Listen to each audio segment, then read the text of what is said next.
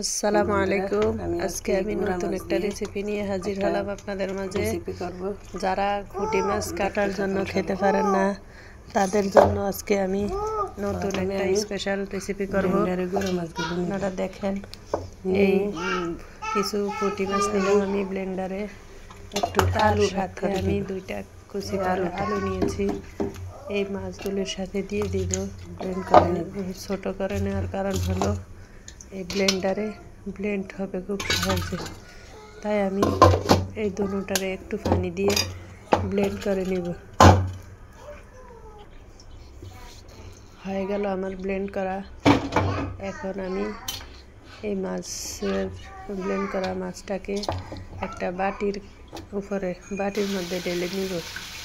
বাটির মধ্যে নিয়ে কিছু ধনেপাতা কুচি দিলাম, স্বাদ মতো লবণ দিলাম, একটু হলুদ দিলাম, একটু মরিচের গুঁড়া দিলাম,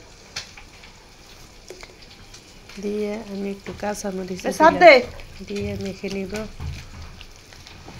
ভালো করে মাখা হয়ে গেলে আমি একটু আটার গুঁড়া দিব সাথে, বা চাউলের গুঁড়া।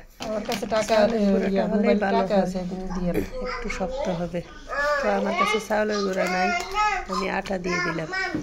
আটাটা দিয়ে কিছু পেঁয়াজ কুচি দিয়ে দিলাম। পেঁয়াজ কুচি দিয়ে এটাকে আবার ভালো করে মেখে নিব।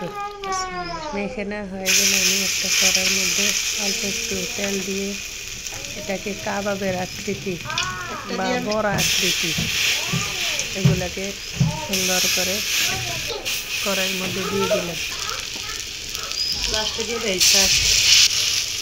দেওয়ার পরে বন্ধুরা, এই কাবাবটা ছোট মানুষও খেতে পারে, কাটার কোনো ভয় থাকে না, বড়রা খেতে পারবো।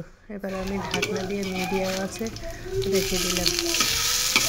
কিছুক্ষণ পর আমি উল্টে দেবো। একটু খাওয়ার পর আমি আরেকটু উল্টে দিয়ে আমি এটাকে আবার ঢেকে দেব। ঢেকে দিয়ে কিছুক্ষণ পর আমার কাবাবটা হয়ে গেলে আমি এটাকে পরিবেশন করব। সবাই এটা খেতে পছন্দ করবেন, এটা খেতে অনেক মজা।